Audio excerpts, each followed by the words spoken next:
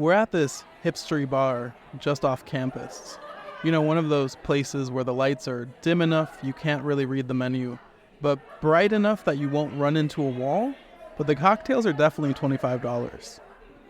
El manito, have you tried this bourbon? She asked me. And I look at the menu, look down at the price tag, look at Maria Pilar, and suddenly my graduate student bank account becomes very present in my body, in my mind, in my wallet, and in my soul. But yo te invito, she assures me, as she saw my stressed look. We were at the Hispanic Summer Program, as it was previously called, hosted by SMU. It was a hot June day in Dallas, and I was there as a part-time staff member. At the time, I was also pursuing a PhD in history of religion. I was about halfway through the doctoral program, beginning my research on radical Puerto Ricans.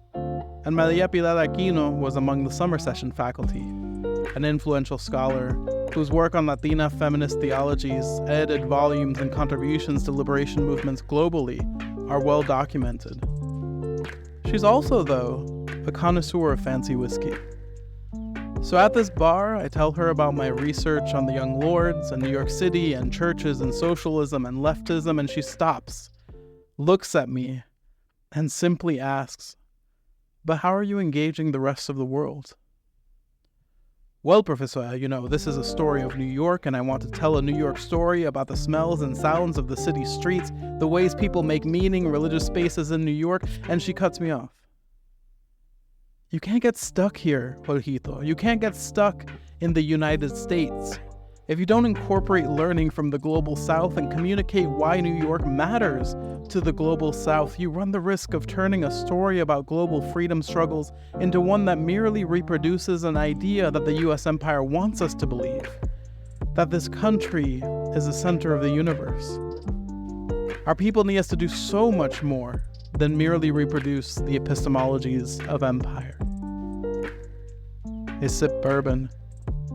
I take a big gulp of water.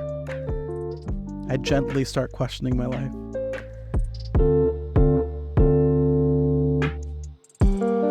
5 months later, I was in South Africa at the University of KwaZulu-Natal, presenting my research on the New York Young Lords to colleagues from South Africa, India, Brazil, and Norway. See, we Latinos, we people of color, we people seeking freedom, we the Hispanic Scholars Program, we can't get stuck here, believing that the United States is the center of the universe. As our elders and ancestors taught us, from the Chicanos to the Young Lords to the Liberationists, freedom is a global struggle.